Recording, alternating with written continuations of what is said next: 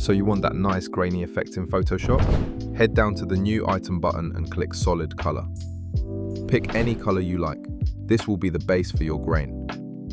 Next, go up to the Filter menu, hover over Noise and click Add Noise, and click on Convert the layer to a smart object.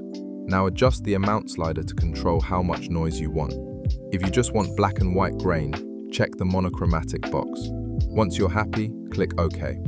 You can still change the color anytime. Just double-click the color layer's thumbnail. Just close out the new page when you're finished. And if you want to add a bit of texture or pattern, right-click the thumbnail and choose Blending options. Open Gradient Overlay. Here, you can choose from any of the ready-made gradient presets. If you don't like any of them, you can customize your own gradient by clicking on the gradient bar. You can change the colors and adjust their position.